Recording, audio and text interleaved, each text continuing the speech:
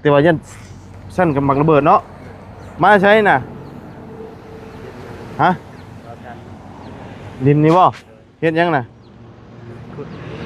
หาขุดระเบิดนี่ขุดให้มันเพียงบนนั้นปูเอาบ่ถืออันนั้นจุดเลยไปพ่อว่าซากเครื่องบินนี่ว่าสร้างปีกระเบิดตั้งแต่สมัยตะกี้พุ่นนี่น่ะแม่นดีนะนี่มึงน่ะอยู่เลิกบ่นี่เลิกบ่โอ้แม่นแท้นั่นเนาะสบายเด้อทางบ่ทิ้งกะเห็นบ่มื้อเช้านี่ฮะเห็นบ่มื้อเช้านี่เอ้าเนาะทิ้งเนาะเช้านี่เปลงได้อยู่เนาะเปลงได้บ่ว่างมาอยู่การทานมันมีไส้แบบน้ำมันนั่นเด้อสปิกมันตายเด้คุมเฮ็ดอยู่ให้ลงนวดไส้ลงนวดยานนะฮะนวดยานช็อตยามันช็อตเราต้องเอาขันอ้าวลงก่อนเนาะ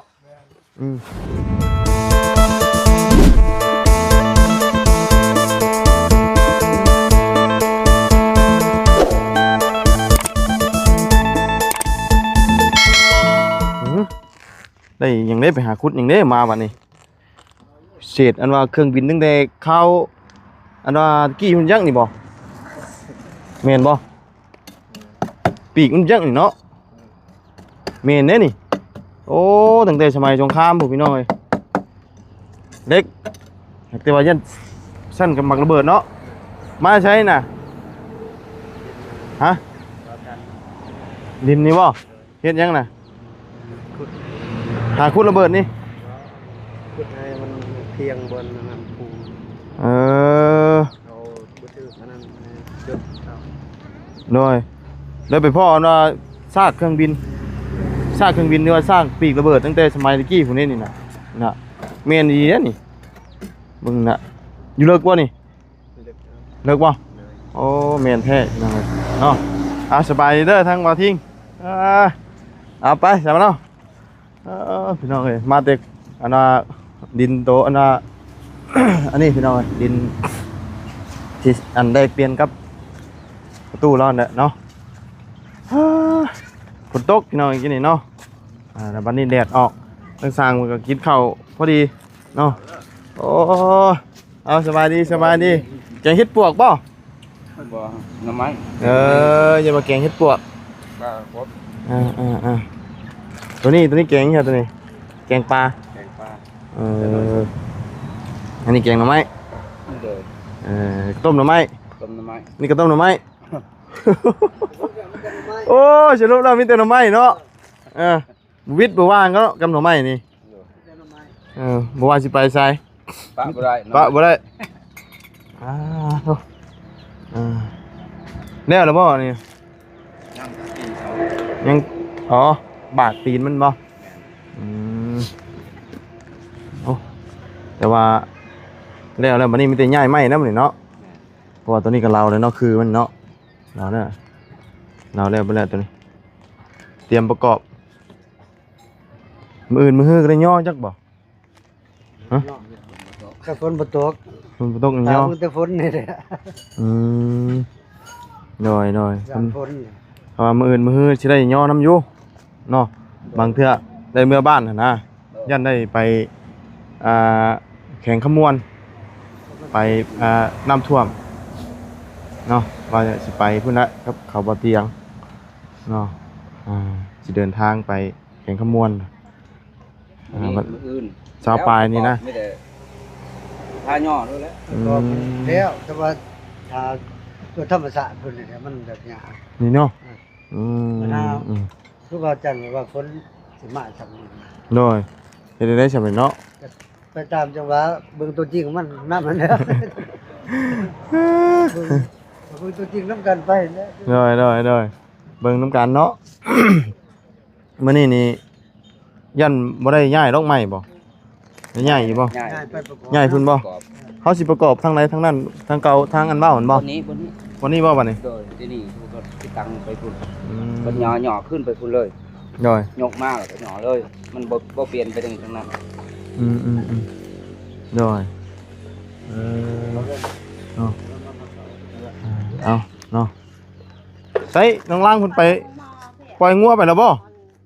ปล่อยงัวแล้วบ่น้องล่างน่ะฮะ บ่โอ้พี่น้องเอ้ยหน่อไม้อันต้มเมื่อวานนี่เนาะนี่เด้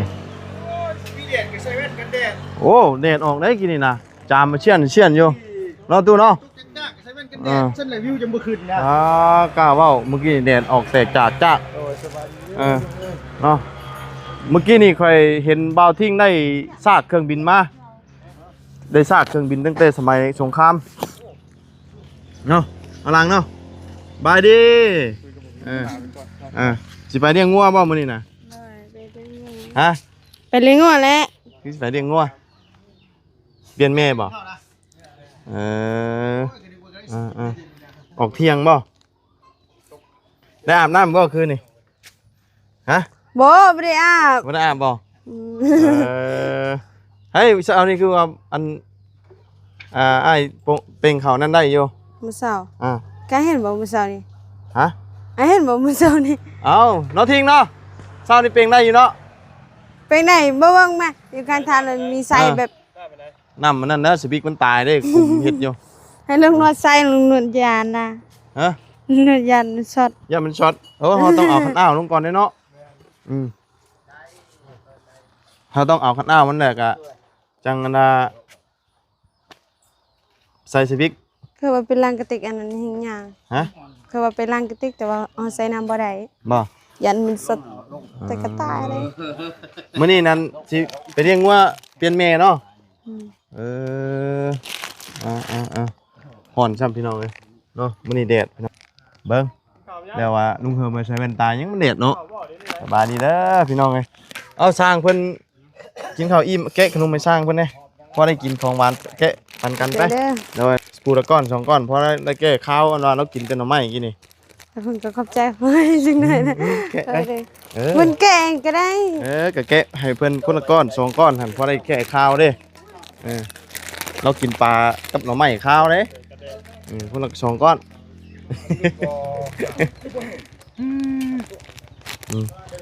แกะ แกบ่ออก มาอย่างแกะมาออกชิกปลากัด บ่ได้ดอกปะได้ก็แค่ลุด เดี๋ยวรุดโอ้ยเนาะนี่เด้ซากระเบิดนี่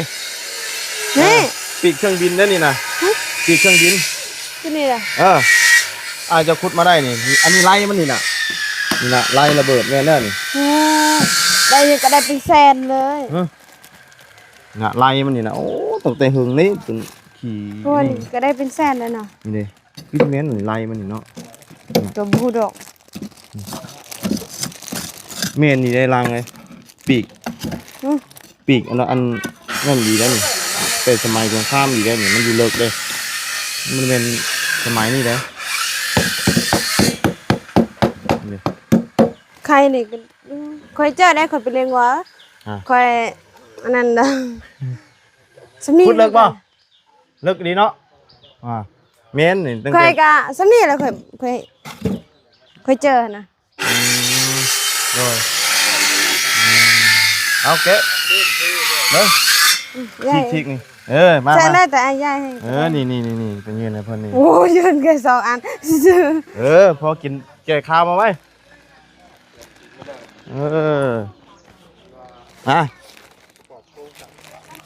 เพิ่นกินข้าวเพิ่นแก่ข้าว ฮู้ว่าค่อยยันคนน่ะก็ยังเอาให้ค่อยเอาขนม เจ้าย่านคน แล้วเด็กเอากะ ให้ยืนให้เพิ่นเลยเพิ่นจับเอาขนมจ้ะเอาอะไรก็ได้เอา เอาอีกพอได้แก่ข้าวเพิ่น นี่ อั นนี้ก็ได้นะเจ้า ได้แล้วเจ้าประเทศคือย่านแท้ ค่อยยันค่อยสิเว้าน้ำเพิ่นนะเพิ่นนี่ให้ค่อยเพิ่นบ่ได้เว้าน้ำเพิ่น บ่เคยเว้าน้ำเพิ่นเอาเนาะมื้อนี้สิไปเลี้ยงงัวแทนแม่เลี้ยงแม่เนาะยันแม่เมื่อยบ่ ได้ มื้อนี้แดดกล้าแน่มื้อนี้ฝนตกกินนี่เนาะตกแห้งแล้วบัดแดดออกนี่แหละเพิ่นว่าอยู่ทั้งตกทั้งแดดคำตกมีอันว่าน้ำก็สิซักเสื้อผ้าอยู่ ซักผ้านี่แหละซักเสื้อนี่แหละ เจ้าสิซักเลย มันบ่มีน้ำมันแดดอยู่แต่ว่าบ่มีน้ำตอนมันบ่แดดบัดฝนตกบัดมีน้ำ เพิ่นน่ะก็เปิดน้ำน่ะ ฮะ เปิดน้ำน่ะ เปิดได้นะ แต่ก็ไม่ยังเฮาก็เปิดบ่เป็นซั่นน่ะเนาะ จะเปิดบ่เก่งเนาะเห็นได้ซะ อย่านั้น อย่าไปสดเบิ่งตอนนี้บ่แม่นแล้วแบบนั้นน่ะบ่แม่นแล้วเปิดปิดน่ะเอาไฟแล้วก็ใส่ต่อนํกันเลย เออ ก็ตะยานเลย เนาะมีน้ำอาบ จะอาบน้ำอยู่อ่ะ ฮะเดือนน้ำฝนหน่อยนึงน้ำฝนมันเดือนอยู่หน่อยนึงพอดีได้ถูแขว น้ำกี่เมี่ยวกี่ยังกระชาก ไฟเลยเวลาล้างหน้าล้างตีนน่ะขอน้ำทิ้ง ฮะ ขอน้ำไอ้ทิ้งอะไร เออ ล้างหน้าล้างตีนล้าง ทุกคนเปิดใช้สะอางอันแดงเจ้าน่ะ ตอนนี้มีอยู่น่ะ มีอยู่ป่ะถือว่ามีอยู่เนาะเอาพี่น้องไอ้กะมื้อนี้สร้างเพิ่นที่นี่แหละสิอันว่าประกอบอยู่นี้เนาะว่า ทางน้องลังสิไปเลี้ยงงัวเปลี่ยนแม่มื้อนี้ฮ้อนซำเนาะเหือออกพี่น้องมื้อนี้จืดแต่ว่าหน่อไม้เจ้า จืดแล้ว จืดแล้ว แล้ว เนาะหน่อไม้ต้มแล้วเมื่อวานนี่ต้มแต่วานนี่ป่ะ ต้มแต่วันแหละต้มแล้วก็มาทันอีกฝนตกเมื่อคืนนี้ฝนตกแห้งเลยเมื่อคืนนี้เด้ ต้องแห้งป่ะต้องแห้งพอได้อาบน้ำฝนกันแล้วแต่ละคนกันนะเนาะบ่ได้หาหน่อไม้แกงกันตี้สามมื้อนี่ ฮะ เจ้าไปหาตอนไหน ก็มาตอนเช้าหั่นแหละ ไปมาเลย ไปมาแล้วเนาะ บ่แกงน่ะอันแกงนี่แม่นบ่ แม่น โอ้แกงมาแล้วเนาะเบิ่ง จะกิน หึ จะกินหน่อไม้นี่ สิชิมหน่อไม้เจ้านี่เนาะ บ่ฮู้คือกันแล้วเมื่อคืนนี้ฝนตกจักทันจักบ่ทันกันสุก ฮะ เมื่อคืนนี้ฝนตกแห้งก็มาแล้วเปียก ต้องแห้งขึ้นเนาะ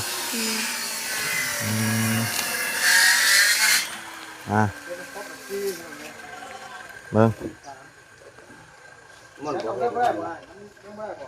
ฮ้อนอีดีบัดนี้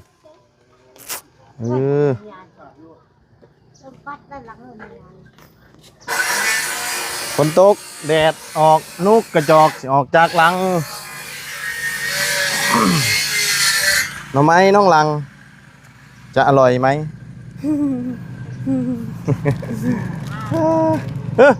เป็นมาทหารฉันน่ะนะบ่ หาหน่อไม้ปอกขายเป็นโล หาหน่อไม้ปอกขายเป็นโลบ่โอ้ไปเบิ่งบ่มาเพ่เพ่ ไปเบิ่งผู้เดียวแล้ว ชื่อช่วยเพิ่นบ่อยเอิ้นมันมาน่ะ บ่เพิ่นบ่ขายเฮาอีกเลย บ่ขายบ่ บ่ขาย เพิ่นค่า บ่ขาย เจ้าว่าซื้อเพิ่นค่า บ่ เอาข่อยก็ยังค่าได้เจ้าว่าซื้อเนาะ พยายามอยู่บ่ว่าบ่ชื่อเอ้ว่าชื่อขายอยู่เนาะขายว่าถ้าเป็นเจ้าน่ะขายว่าลัง ค่าย ขายบ่ทำไมอ่ะขายบ่ ขายหันแล้วว่าอยู่ น้องลังมาบ่ขายหรอกอ่ะ เนาะเขาบ่ได้ว่าบ่ขายขาย โอเค ได้แต่เพิ่นบ่ขายอยู่เรื่องหมู่เด้ บ่ขาย เขาใครจะได้เขาอายกล้องเอาปิดกล้องเบิ่งดู เอ้า ปิดกล้องไปหาเบิ่งดู ชื่อยังก็บ่ได้ เนาะเจ้ามายืนพี่จ้ะอยู่หันอากล้องนะฮะ บ่ได้อายข่อยเนาะ โอ้หวานได้หน่อไม้เจ้าเนาะ กินอีก ฝนตกอีกเลย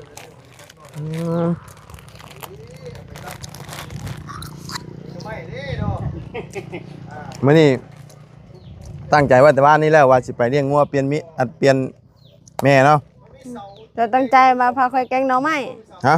แม่นล่ะจังว่าตะกี้น่ะจะว่าสิแกงหน่อไม้เอาว่าข่อยแกงก่อนแล้ว แกงก่อนเลยเนาะ เออ แต่บ่ฮู้ว่าสิแซ่บหรือบ่ แซ่บ แซ่บเปล่า มั่นใจแล้วเต้ มั่นใจเปล่า มั่นใจ มั่นใจแล้วว่าแซ่บแล้วเนาะ มั่นใจแล้ว โดยเอากะมื้อนี้สิไปเลี้ยงงัวเปลี่ยนแม่กะทางช่างเพิ่นก็ดำเนินการนี่แหละเนาะกะเพิ่นน่ะประมาณ5:00 น 4:00 นเนาะใช่มาเนาะตอนนี้ก็11:00 นปลายพี่น้องเอ้ยเนาะฮ้อนอบอ้าวครับแดดออกแล้วก็ฝนตกแล้วก็แดดออกเนาะอันนั้นยังชานะอันอยู่ด้านไหนล่ะ หน่อไม้ ทำไมเจ้านะ เด้อน้อยปอก ของเจ้าผู้เดียวบ่ ผมก็แม่น ให้หลายแต่บ่ไปเบิ่งดูฮะไป ำมันกับจวด เพิ่นสิมาเอาจังมุ้งนี่น่ะ มาปูคือกันแหละประมาณ1 โมง 2 โมง อันนี้บ่ นี่แหละ ใช่ของแม่ ก็นี่แหละ ให้ของเจ้า ก็นี่แหละ น้ำกันนี่ เลยบ่มีน่ะ คือได้หน่อยแหละมื้อนี้ ก็บูคือกันแหละบอกว่าบ่มีหน้องใหม่ซั่นน่ะ บ่มีหน่อไม้หน่อไม้บ่มีแล้วเริ่มบ่มีแล้วเนาะเฮ้ยอันข้องัวหานั่นมุ้งเติมได้บ่น่ะ ยัง คือใส่แล้วใช่ปะไปเบิ่งดูเบิ่งงัวเจ้ามันยืนนี่อันว่าเศษไม้โอ้อยู่หั่นเนาะอันไม้ม่วงเนาะ เหมือนว่าเคยเป็นตะไปเลี้ยงงัวบ่ ฮะ หรือว่าถ้าทีมงานทีมงานคือสิบ่เมื่อมาแล้วเลยแต่สิเจ้าเนี่ย เปล่า ขี้ตมมันนอนเนาะโอ้มันเกิดจากนอน แบบอันน่ะกลุ่มนอนอีดีมันก็ได้แต่ว่ามันนอนบ่ได้เนาะ งัวนี่คือมักเบิ่งหน้าเฮาเจ้เนาะ ฮะ งัวนี่มักนี่มองหน้าได้เวลา มักมองหน้าเจ้าบ่ เวลาเฮาหายกินมันคนนี้ มองหน้าเฮาซื่อเฮา โดย เบิ่งอะไรแต่อีต้น เจ้าหายมันเนาะมันก็มองหน้าเจ้าแล้ว ยังงาเรื่องของเรานั่นเนาะ เนาะเฮ็ดได้ซะเนาะเอากะสิไปเลี้ยงงัวจักหน่อยนี่เนาะเลี้ยงงัวเปลี่ยนแม่เพราะว่าแม่ก็เมื่อยเนาะทางน้องรังก็เลยว่าอยากไปเปลี่ยนแม่มื้อนี้มื้อหนึงว่า2มื้อว่ากันเนาะ โอ้ยยอดบักบวมนี่อยากเบิดแล้วแถวนี้เนาะเด็ด หมดไปแล้วมันเด็ดหมดแล้วมันเด็ดคือกับแบบว่ากินกับมีคือแสบแถวโอ้ย แซ่บไหนต้มใจเป็นจังไดต้มอันน่ะมีจังหัวจังไข่คักอยู่บ่ ถักอยู่แต่บ่ได้กินซ้ำ เอ้าไปกิน หมดคนกินแล้ว หมดคนกิน หมดทั้ง เอาทางกินก่อน กินก้อนกับน้องค่อย เจ้าบ่ทันได้กินครับ บ่ทันได้กินซ้ ลองใหม่เด้อแซ่บไหนมันหอมยำเข้าไป ำแต่ว่าค่อยกัดแต่ เอ้ยเนาะ เก็ดแต่กระดูกขี้ไข่ เลยไปเนาะย่าง ใส่แว่นตา อ่า ใส่แว่นตามันคนไปอยู่ ฮะ เจ้าใส่แว่นตาก็ไปอยู่อยู่ในเมืองแหละใส่แว่นตาใส่วันก่อน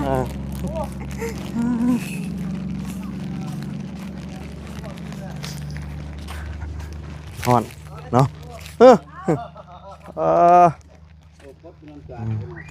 มีแต่ว่าเพิ่นทางอยู่นี้บัดนี้บ่ได้คนแล้วไหมเจ้าบ่ได้ง่ายแล้ว บ่แล้ว บ่ได้ง่ายแล้วบัดนี้ เพราะว่าอยู่หันเพิ่นเอาอันนี้มันนั่นน่ะตั้งได้แล้วเนาะมันเป็นมันหยังนะ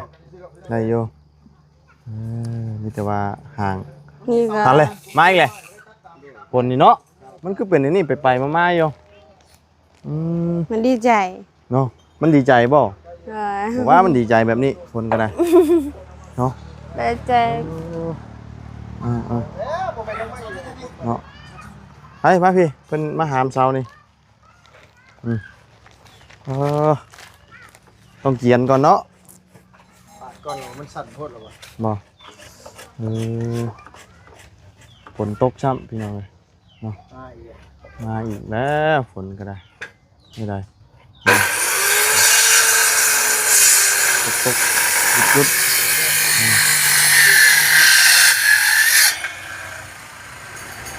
มันเสาสั่นเสายาวบ่ คืองามเถอะสีอันนั้น ฮะ สีแดงๆนะ งามบ่ สีตัวนี้ ตัวนี้งามบ่ ตัวนี้ก็งาม โอ้ อันนี้ เสา น่ะต่างกระโมละสี สีขาวนี่ มีแต่เสางามๆอยู่รถนี่นะ ต่างสี ถืว่า อันนั้น โเค สีด เสือมีแต่เสางามบ่มีเสาขี้ไร่ปานใด ำบ่มีแต่สองงามนะ เพราะว่าเสาที่ผ่านมาน่ะรู้สึกว่าจะแตกหลายแมงหลายเนาะแต่อันนี่ถือว่าโอเคพี่น้องเอ้ยบ่แตกบ่แมงเนาะ แล้วก็ งาม ตัดนี่คือ ฮะ ยังเหลือซ้ำนี่อยู่นะ เดี๋ยวยังเดือช้ำนี่แล้วเนาะ มันบ่ฮักซะ เอ้อ โอ้ ขางแล้วก็แล้ว มือหนีบป่ะ งัดก็ละข้างบ่เออเออ มันแกก็บ่ได้พูดได้ ฮะ ให้ปล่อยก่อนจังเลยค่อยไปตาม ปล่อยงัวเลย บ่โทรแม่ค่อย เอาปล่อยงัวปล่อยควายพี่น้องไอ้เนาะนะ ดูมันตาม มาอีกเลยฝนก็โอ้ยนี่ไหนนี่เนาะ เจ้าพอ มันมาแบบ เดี๋ยวกระตก เดี๋ยวกะแดดพี่น้องเลย จะมีหยังอยู่กัน จักไม่ยังเอ้ยเนาะ ว่าเฮาจะ มันสิตกลงเลยกับบ่ตกมันสิอันน่ะแดดได้กับบ่แดดเนาะ มาบ่ได้อาบน้ำมันใส่อาบน้ำ มันเป็นน้ำเฮาบ่ได้อาบน้ำอยู่บ่เนาะ บ่เกี่ยว เกี่ยวบ่ เกี่ยว เออ เกี่ยวกับยามฝนแหละ โดยเป็นได้ซะมันตกหยุดตกหยุดอยู่นี่บ่ได้แล้วแบบนี้เนาะอ้ายล่ะเฮาตากฝนนี่สิหามไปเลี้ยงพุ่นบัดนี้แล้วก็ยกขึ้นเลย แต่ว่ามือย่อมือยังทันได้ฮู้เนาะเบิ่งฟ้าเบิ่งฝนแน่ย่อตั้งขึ้นไว้แล้วก็บ่เฮิงดอกเนาะ ซ้ำเฮือนน้องปรับไปเห็นอยู่ได้เพิ่นเด้ ฮะ ก็เบิ่งในคลิป เห็นอยู่บ่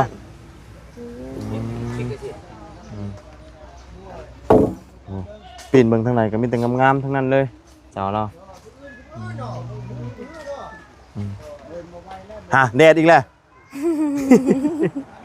มันตกแดดดีๆเนาะโอ้ อบ พี่ ผิ น้ ว อง นี่คือสิบ่ดีบ่ได้แล้วนอกก็เป็นแบบว่าคนที่มาอบผิวแบบนี้ดีแหละข้าวบ่ได้ข้าวเย็นบ่ได้เย็นร้อนบ่ได้ร้อน เป็นนั่นเหมือนเดี๋ยวก็ตกเดี๋ยวก็แดดออกเนี่ยเป็นเดือมตาแบบนี้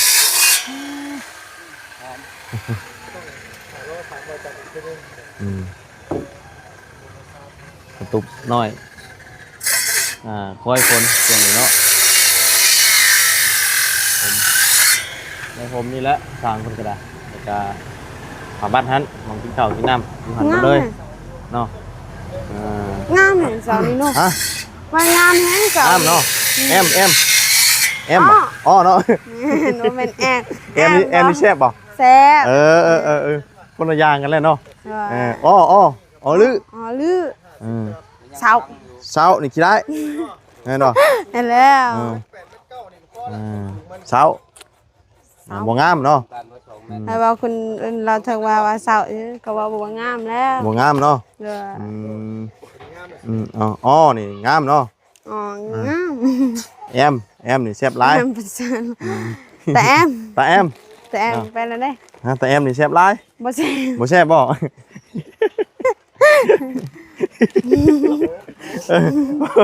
โอ้ย มานั่นดึงผู้เดียวก็ได้ ดึงมือเดียวอีกใครแล้วเราบ่จับขึ้นมาจิ้มเขียวมันเบาเด้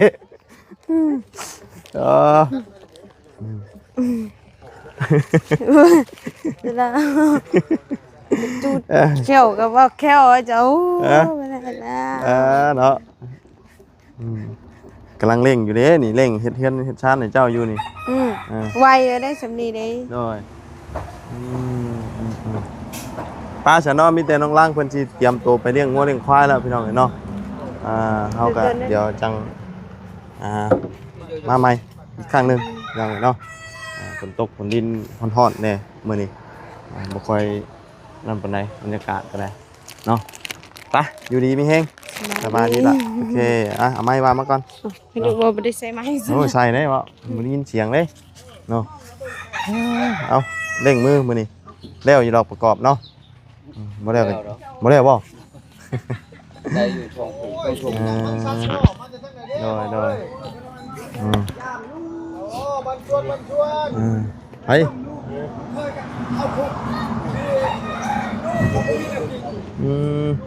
กูเคยเข้าคุกก็ย้อนบอกบ่ได้ใช้ลงพังช่องเชือกกันเข้าพาสิ ทางนั้นลูกเคยเข้าคุกแล้ววันเนาะพี่น้องเนาะมีแต่สำหรับคลิปนี้บางบุญกะขอจบไปเพียงแค่นี้ก่อนพี่น้องเนาะพบเจอกันใหม่ขอบคุณพี่น้อง FC เด้อที่เข้ามาติดตามรับชมเนาะใกล้แล้วล่ะพี่น้องเนาะเรือนชานบ้านช่องของน้องลังสร้างเพิ่นกำลังเร่งอยู่พี่น้องเร่งกำลังเร่งเนาะ อยู่ดีมีแฮงบัดสุขุทุกคนเด้อพี่น้องเนาะไปแล้วสบายดี